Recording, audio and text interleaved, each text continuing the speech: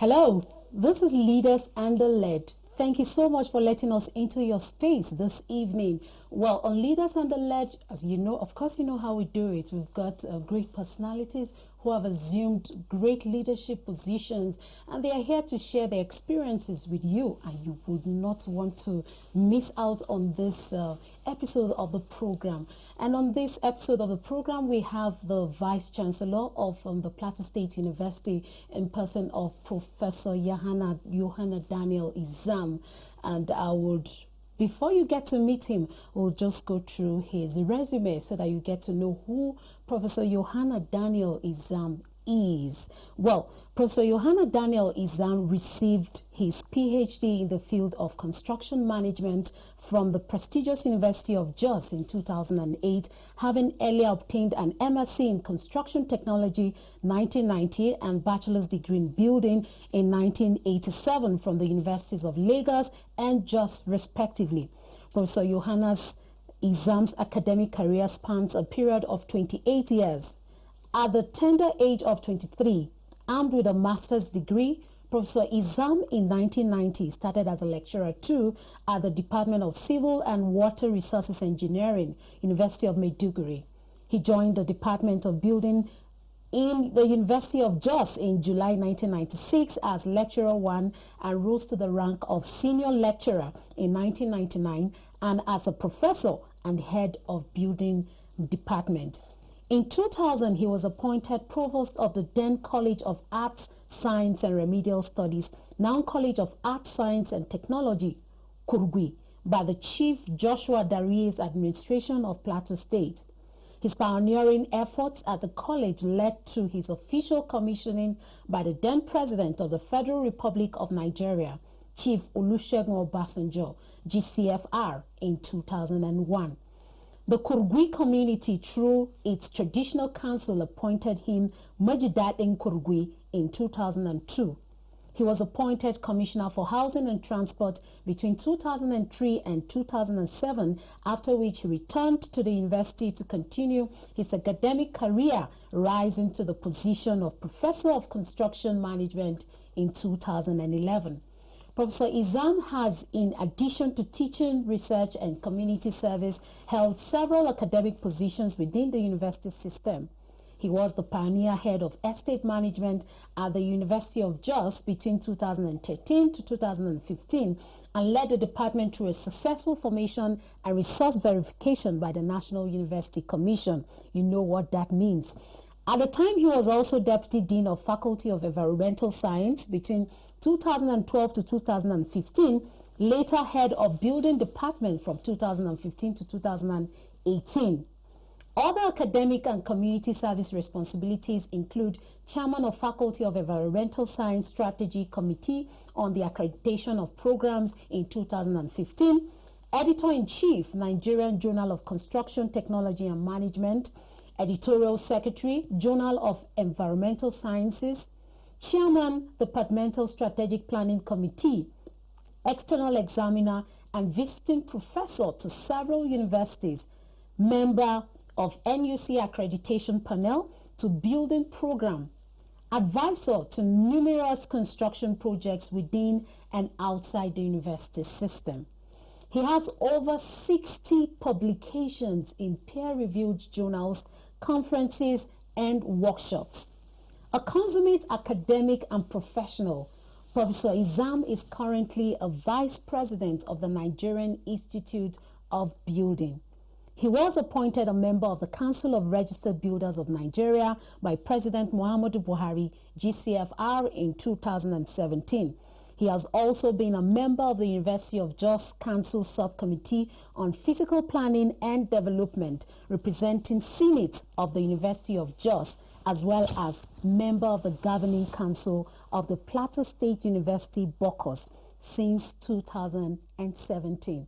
Now it's time to meet this academic, a scholar in his own capacity, the Vice Chancellor, Professor Yohanna Daniel Izam. Welcome to Leaders and the Led. Thank you very much. Well, I must say that we're privileged to have you on this side of Leaders and the Led. Thank you. And it's really great to have you here. Thank you. Well, I will start with your hobby. What do you love to do? Well, I have a few things I love doing. Number one is sports. I'm a sports person. When I have time, I play badminton, I play golf. Secondly, I love listening to gospel music and also spending time with my family as much as time will permit me to. I would say these are my main hobbies for now.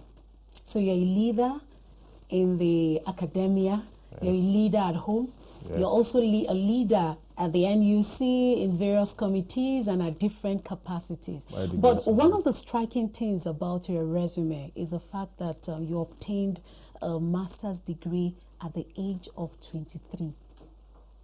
What inspired that? Well, I can't remember what level of speed, but I think it's the grace of God.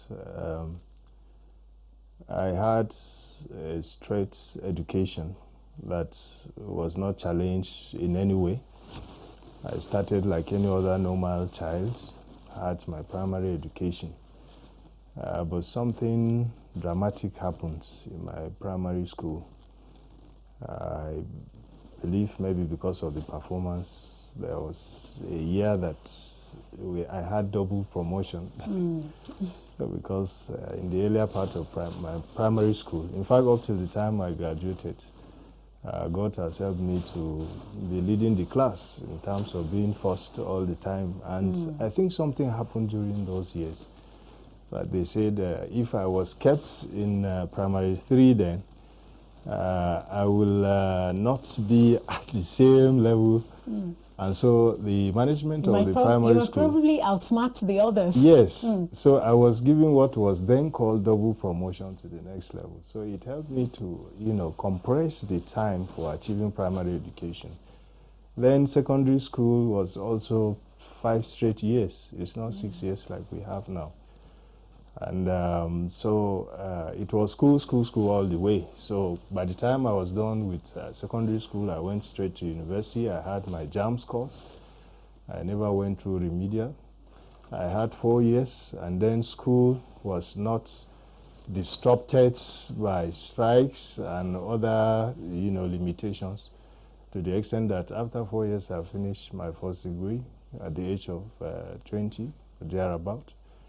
After NYC, I went straight and did my master's. By the age of 23, I backed my master's in construction technology. And that's when I started teaching the university.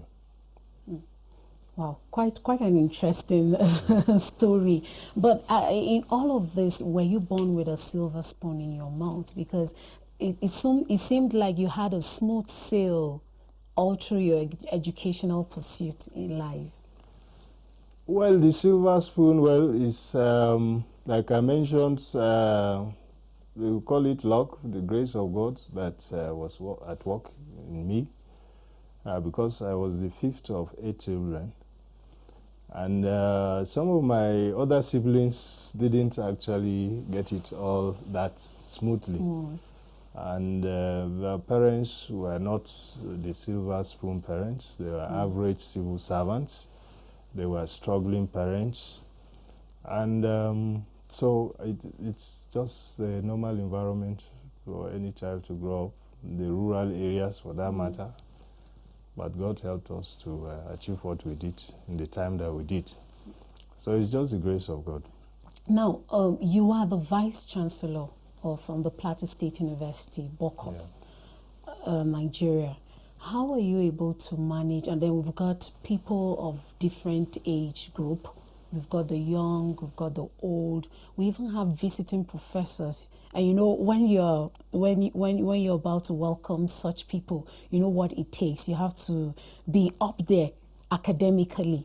And then judging from the fact that you are still a young person and you're occupying this position, how are you able to bring the young and the old? How are you able to bring all of those people to achieve the goal of academic success in a university like PLASU State University? Well, the first point of my little disagreement is that I'm not too young, having come over 50 years of age, I want to believe by every standard the profile of university vice chancellors in Nigeria is improving, in quotes, in terms of the age profile.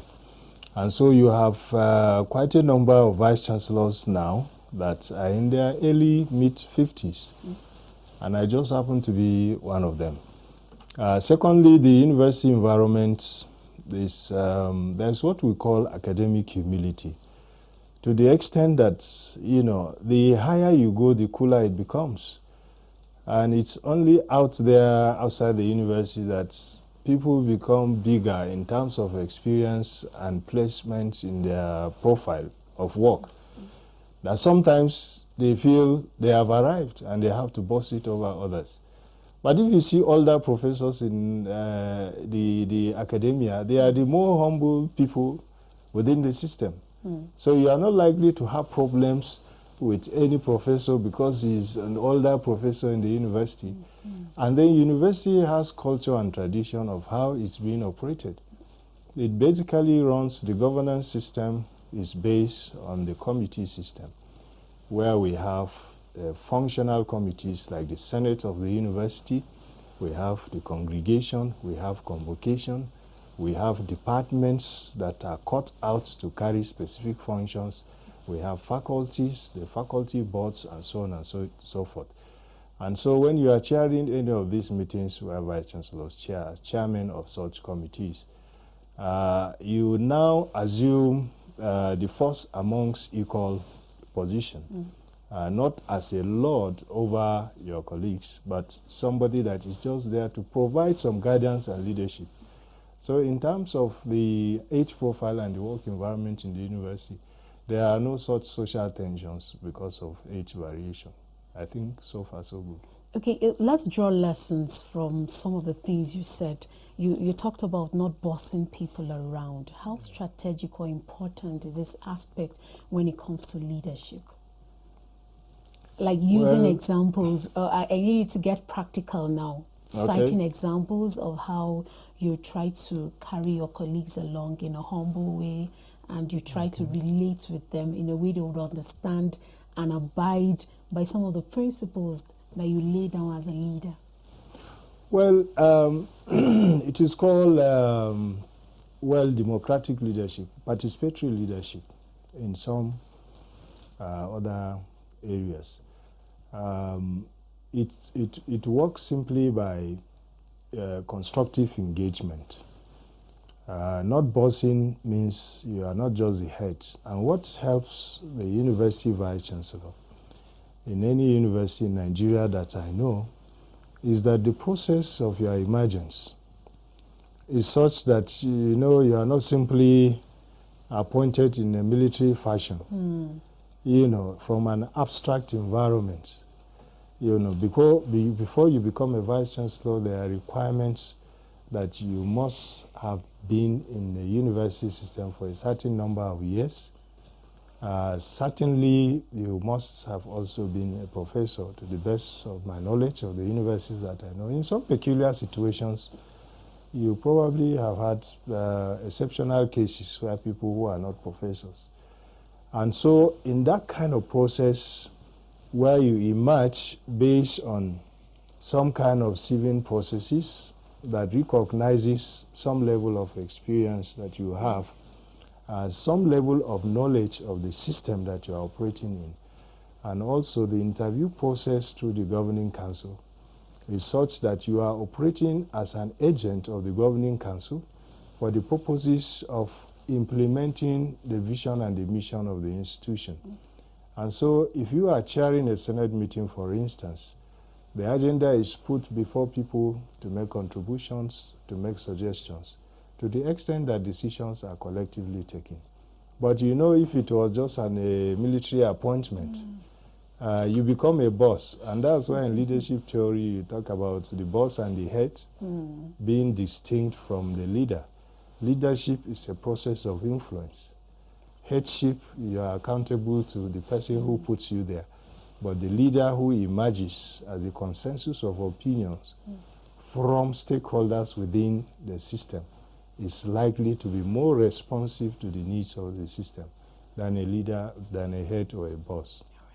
Viewers, very shortly at 8 p.m. we'll begin to take your calls. Leaders and the Led is a platform that allows you to learn and also would like to hear your views on this platform. So the lines will be open at 8 p.m. so that you can call in, make your contributions, and I'm sure you would want to speak with the Vice Chancellor of the Plateau State University, Bokers, in person of Professor Yohanna Daniel Izam. He is in the house, and then for the past 15 minutes we've been going through some of the principles that he as a leader has taken on over time to the level where he is, and we'll dig in more into some of the things that you need to know as a leader and as one who is also led. All right, so I would reverse the role a bit. Now, before you assumed this position, or before you attained some of the levels that you got to in life as a leader, you were led by some other people. Yes. How was the situation like? How was the experience like, coming from a humble background and then being led by other people? What are some of the things that you learned when you were led? Well, I have been mentored by so many people in the academia. Right from the first day you step your foot into an academic department, you have a sense of teamwork, you have a sense of collaboration, because in the academic world, the mandate of university rotates around three important functions. One of it is the teaching function, and even at that level you find out that you probably be 2 lecturers or 3 lecturers on a course with a senior colleague who will normally lead the other teams. The other team. Mostly an older person. So mentorship starts right from there. You're not likely to begin to take on courses as a young lecturer, except maybe if there are shortages of senior colleagues to lead the process in the classroom. And then from the administrative side, you also experience teamwork, in the sense that every decision that is taken in a university is almost likely to be taken by a committee. No one single person takes decision. Outside the scripts that a teacher marks if he's alone, the approval of the results will be done by a departmental board, which is a college of teachers that sits to moderate whatever has been taught and results being presented. From there, it moves to a faculty board. Another college will meet over the results and approve. From there, it goes to the Senate. So if it was a disciplinary case also against a student or staff, it's also likely going to be headed or attended to by a committee. So the university provides the best platform for mentorship, in the sense that almost every function is a collective responsibility.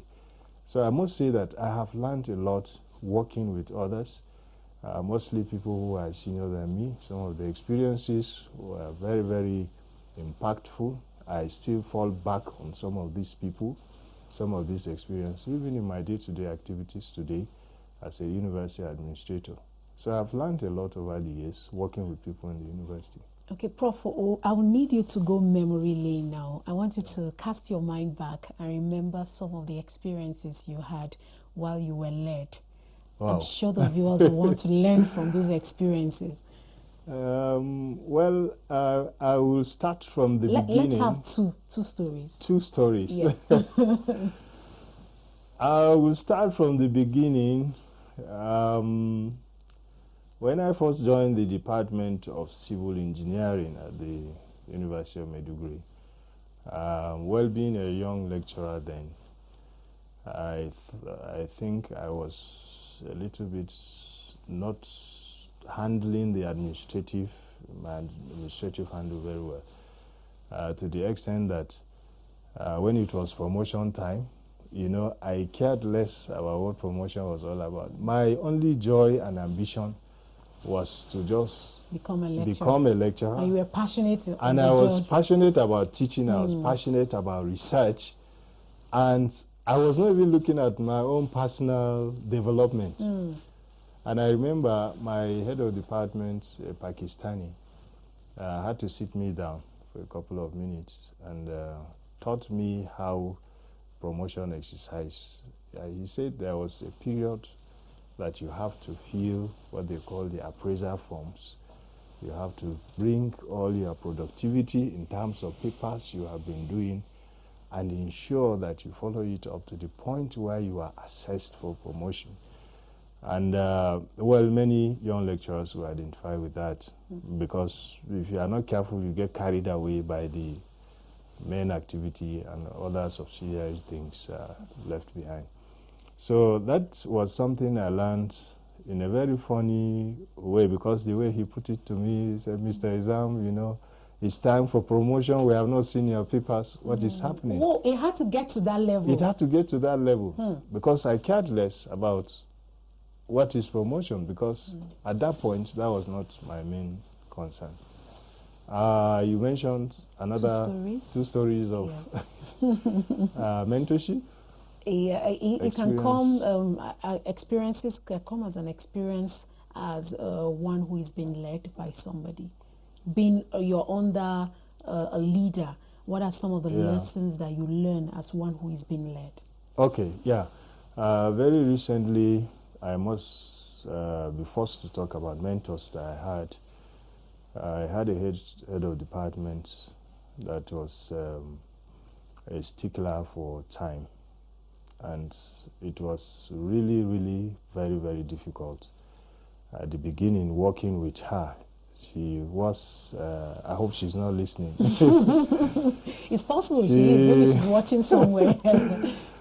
She's a white lady, but, you know, and she's passionate about, you know, timekeeping and all of that. And initially, we had some issues with that. But looking backwards now, I have really come to appreciate, because time is an important resource. And it is helping me in what I'm doing now, because when you manage your time very well, you find out that you achieve more. She has taught me a lot of things, including even the issues that we're having to deal with now in education, talking about this COVID-19 impact. Okay.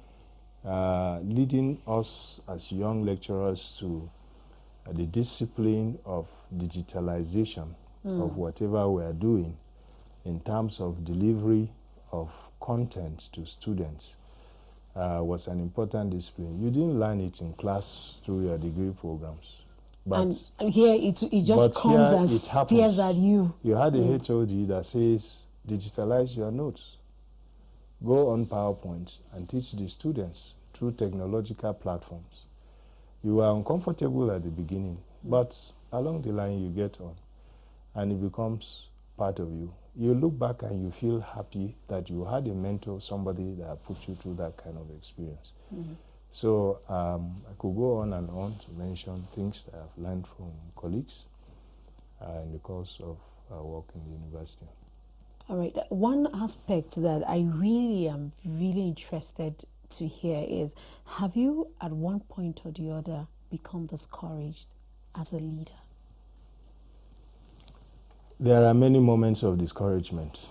Please go ahead and share with us those moments of discouragement. The evidence from reactions you get, leaders, in my own experience, one of the most vilified set of human beings. And this seems to be on the rise. There seems to be a widening gap in the level of trust between leaders and the people they are leading. To the extent that if you are not careful, sometimes you feel as if your efforts are not actually being appreciated. But again, on careful reflection, I have come to realize that it's been part and parcel of leadership all through the ages. That leaders are most likely to be the most understood people. They are most likely to be the most vilified, even when you have the best of intentions. Sometimes you are simply misunderstood. And you get all kinds of opposition, even when you think you are trying to do good as a leader to meet the needs of people you are working with. And depending on the context, of course, I've had the privilege of public service experience as a school administrator, right from the days when I was provost in the College of Art, Science and Technology. I've also served in the ministry as a commissioner in charge of the Ministry of Housing. And particularly the school experience. You know, you deal with a lot of stakeholders. You have the teaching staff, you have the non-teaching staff, you have the students, and you are making all kinds of programs and promises to keep deadlines and commitments. And yet you find people coming out to say, no, this management is not to be trusted. They are not saying the right thing, even before you have started the implementation. So what did you do at that stage? Well, you keep on going because you need to be inspired by something that is bigger than the physical challenges that you see along the way. What inspired you at that stage? Yes, the staying power, you know, that you have when you have confidence that you have a passion and a calling to do what you are doing. You don't get away from it because somebody comes along and says it's not going the way he thinks it should go. And I think it's that staying power and persistence and confidence that is also part of the package of what makes strong leaders. Because otherwise, if every moment something negative comes, you get discouraged, then the overall goal of the organization is not met, and then you will not be rewarded for goals not met, but you'll be rewarded for goals that have been met. And so it's just part of leadership. So I am still interested in some of the stories. Yeah. Stories has a way of driving home the point. Let's go back memory lane again with vivid examples of what discouraged you at a point. You remember you talked about having many moments of discouragement. Yeah. We want to reflect on those moments of discouragement as soon as we return from this break. And viewers, would like you to know that on Leaders and the Led, you can call in, and this program is reaching you live from ECWA TV Africa. We'd like to get your response from this on this platform, so you can do well to call in at 8 p.m. The lines will be open so that you can call in to speak or interact with the VC, the Vice Chancellor of the Plateau State University, Bokos, in person of Professor Yohanna Daniel Izam. He is live in the studio this moment. So when we return, he will respond to that question while we'll take feedback and comments from your own side. Leaders and the Led it is. We'll be right back. Leaders and the Led shows every Tuesday and Saturday by 7:30 p.m. on ECWA Television Africa, with repeats on Thursdays and Mondays 1 p.m. Keep watching Leaders and the Led on ECWA TV Africa. Watch today's live on ECWA Television Africa every Tuesday, Thursday and Friday 10 a.m. with repeats on Tuesdays, Thursdays and Fridays 9 p.m. Keep watching ECWA Television Africa.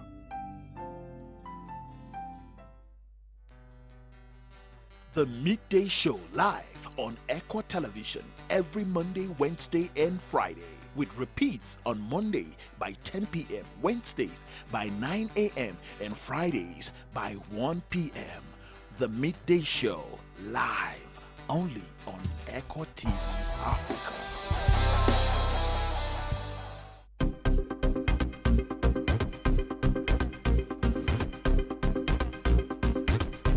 Keep a date with the Lifeline on ECWA Television Africa every Monday, Wednesday and Saturday by 4 p.m. with repeats Mondays and Wednesdays at 8 p.m., Saturday 8:30 and Sunday 9 p.m. Keep watching the Lifeline on ECWA TV Africa.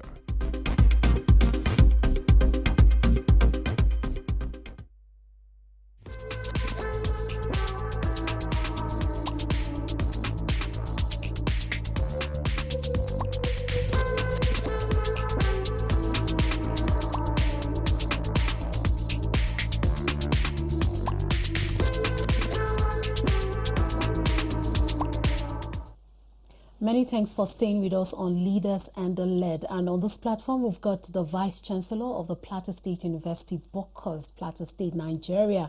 And he is in person of Professor Yohanna Daniel Izam. He's very much in the house. And for the past 30 minutes, we have talked about some of the leadership roles that he has assumed in life up until this position he is at the moment. And we have also talked about some of the leadership attributes that one needs to carry out when faced with different aspects of life, when faced with different situations in life. So viewers would need you to know that the lines are open. You can do well to call in to make your contribution on Leaders and the Lead. Earlier, I asked a question about the life experiences. But before then, we need you. You're also a leader at the home front. So we need we need you to give us some of the experiences that you've had being a leader as a husband, as a father of your children, not just your children, you have other children that you mentor, other people that are looking up to you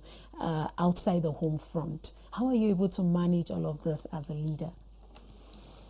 Well, the home is an important platform for men to lead. For Christians, of course, we understand that the injunction is that the father has responsibilities to the children. As a husband, you also have responsibilities to your wife. And then as a priest also, you have responsibilities to the spiritual upbringing of everybody that is under your roof. And this could also be quite tasking because if you look at the history of leadership frustrations, quite a significant chunk of it actually comes from failure of the people that are closest to you. And so the home front is a battleground for leadership. And little wonder you find out that even people who have risen in whatever fields are having issues, with the home front. With the home front. And they are doing well. And they are doing well level. in the secular level. But right there in the home, it's another story altogether. I think we have tried to do our best, God helping us, to provide the children as a father some model of what we hope will guide them in the future in terms of speech and conduct, both in private and in public spaces, and also in insisting on values that we believe as a family should be pursued. We try to make it very clear that these are the values that we stand for. And we leave it at that. You can only pray and hope that they also follow the examples that you have set for them.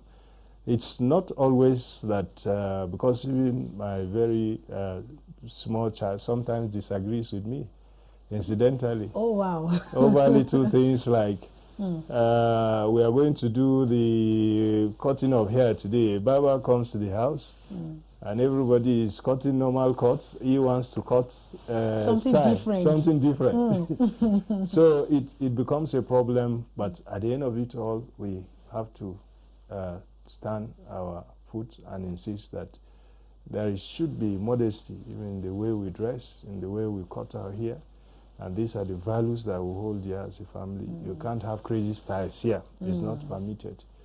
And so those kind of things come up in the family. Again, as a husband, we tried also to ensure that we treat our wives responsibly the way the Bible will teach us to. Carry them along in decision making and also encourage them to realize their own dreams if they are professionals as well. The psychological, the financial support that they need to also express themselves and realize also their life ambitions are things that we also try to pursue. And of course, the moral upbringing of children together as father and mother, as parents, we try to put heads together to make sure that the public altars, either in the homes or in the church, we lead them to church and ensure that in the homes also we have some kind of surveillance over their spiritual lives. And so that is the little about the home, but yet so very big in terms of the scope of what can happen. But so far, so good. I think God has been helping us. Okay, were there times where it was so tough in the home front that you got so discouraged? So you know what I mean? I'm sure you can relate with that. We need you to remember and look back and just share with us some of these experiences. Well, there were difficult moments. When, for instance, you were unable to maybe make provisions for family members. Genuinely, you couldn't make provisions for their needs. And sometimes it could be... All right, we've got a call. Sorry, I had to pause here. Hello? Uh-oh. Okay, we lost it. We lost it. So sometimes it could be some trust deficit, which happens sometimes between husband and wife. Is it that you are hiding something or she's hiding something, and then the something will never be defined, and then you start keeping malice and all of that. And could it be also, like I mentioned, provisions for things that are needed. There were times when, as a family, we also went through difficult times in terms of finances, and it was really difficult putting things together many years ago. But I think God helping us, we have also overcome some of these challenges. The other one is the family values and building the vision as a leader. It's not always that you are on the same page with every member of the family on issues. For instance, I remember there was a time that we had to take a decision to change even the church that we were attending. And as little a decision as that, it had to take a lot of consultations with every member of the family, particularly my wife who was having a different idea about the kind of churches, the kind of places we needed to go. And then also myself, who was also having an idea about what we need to do. And so such things, family decisions on issues such as that, we had situations where we were sending somebody forth for marriage, for instance, and we were like, having differences in opinion with respect to whether this is the right way to go or that way to go. And so you had to come together and think through it and build consensus so that together the marriage plans will work for the child also. So those kind of little things come up in family situations, and leadership is required actually to give direction in terms of, All right, you're one who is so passionate about the church, about things that has to do with God and growth of the church generally. So what would you say is your Bible character that has really shaped your life and has really modeled you into becoming the kind of leader that you are today? Well, I know the Christ will be the perfect example for leadership any day, any time. And it's understandable because he is God, in the form of man. He was a perfect example of humility. He was perfect example of wisdom. He was perfect example of integrity. And to the extent that he will not remember that he was also God. People will provoke him deliberately, and he will just simply smile away and continue what he's doing. He remembered the trial before his crucifixion. He also remembered the temptation by Satan after fasting. He could have pulled out legions of angels to demonstrate his power, because actually leaders have a lot of powers in their hands. But the example of Christ was such that, he was very, very prudent with the application of power. He applied love And I think that is also very important. But most importantly, I'm beginning to fall more in love with the leadership style of Moses in the Bible. It's a typical example of pioneer leaders that we learned of in the Bible. Remember the project, how difficult it was, bringing out 2 million people out of Egypt to a promised land they have never traveled there. There were geography issues. There were all kinds of followership issues. You had children, women, old people, young people, and so on and so forth. You had God in the burning bush experience calling you to an assignment, and you had to exercise a lot of faith following God and leading the people out of that experience. But I love the social justice content of Moses, because he was somebody that was passionate about justice. And for you to be an effective leader, you must have a deep connection with social justice. I think it's very important. Well, a quick reminder that the program is Leaders and the Led, and it's coming to you live from ECWA TV Africa. On set on Leaders and the Led today, we have the Vice Chancellor of the Plateau State University, Bokos, Plateau State, Nigeria. He is in person of Professor Daniel Izam, and the line is still open, so you can call in live to make your contributions and also to ask questions that have to do with leadership. We've got a call coming in. Hello. Hello. Hello. Good evening. Yes, you are live on Leaders and the Led. Please, may we know your name and where you're calling from? My name is Okay, please go ahead and ask your questions or make your contribution. Hello? Please, I'm really impressed about the program, and I'm really inspired about it. Okay. Do you have any question for the professor, the Vice Chancellor? Yeah, so please, All right, please, I need you to do something quickly. Kindly turn down the volume of your TV set. Then we can have a good conversation. Yes, I have a question concerning the issue of leadership. Okay, go ahead, please.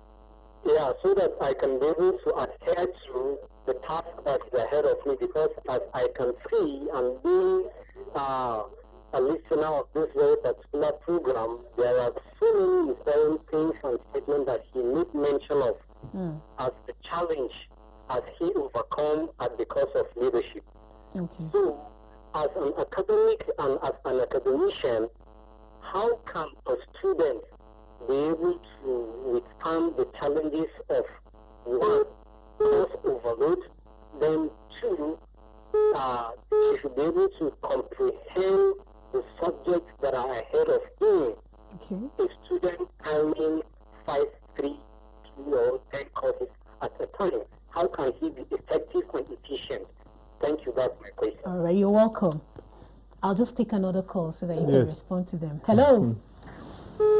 Hello? Hello, good evening. Hello, good evening. All right, you're sounding low. Can you please increase your voice? Hello? Hello, we can hear you now. Please go ahead and ask your question.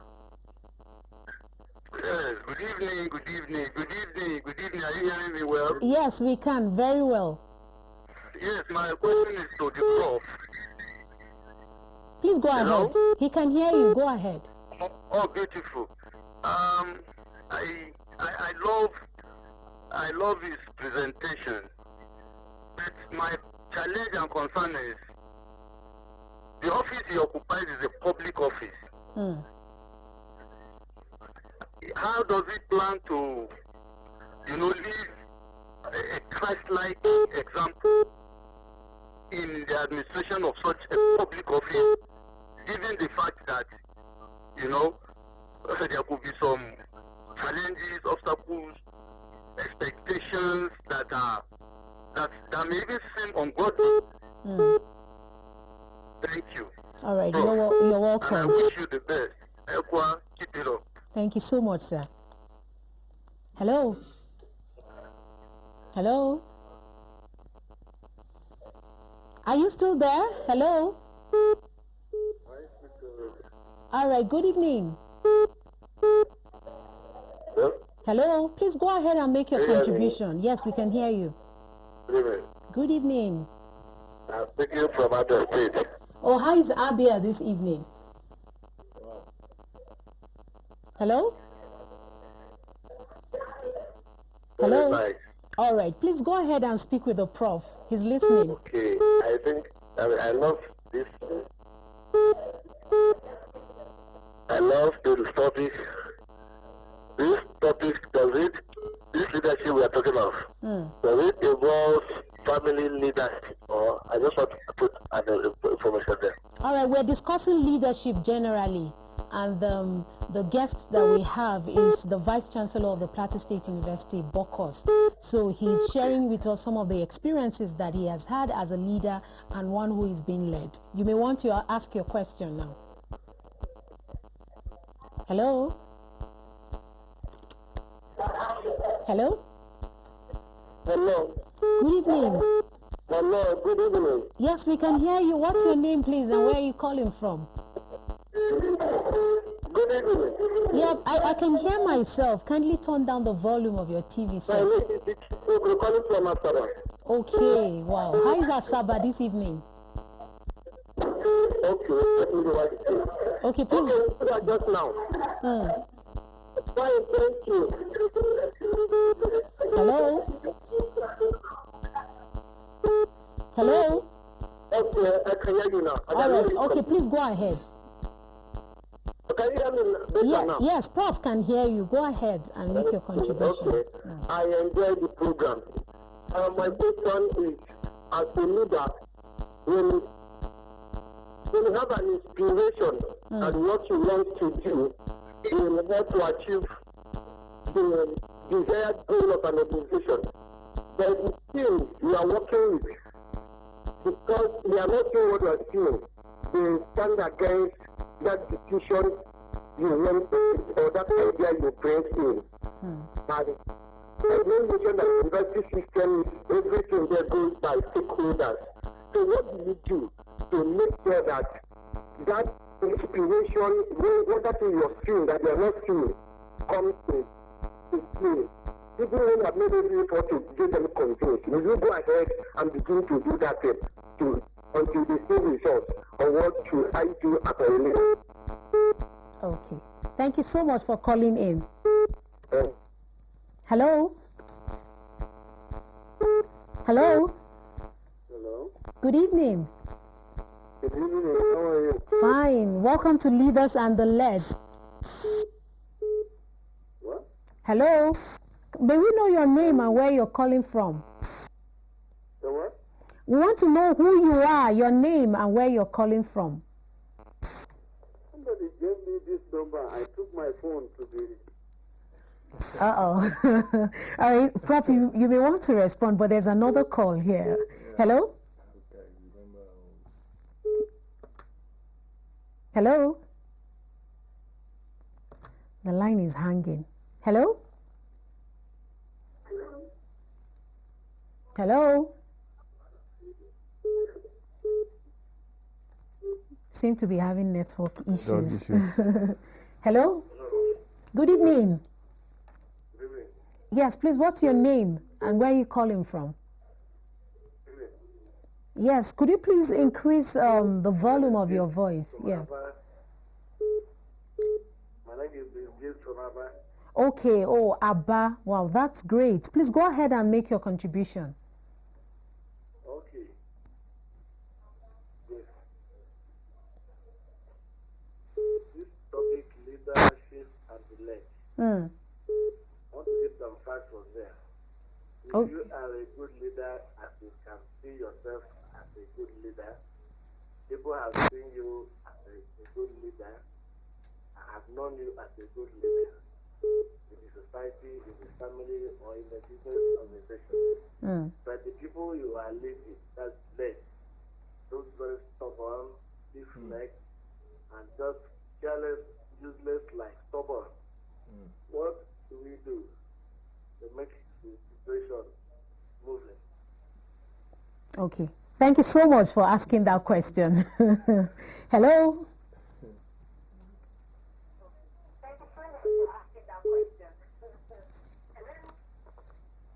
Hello?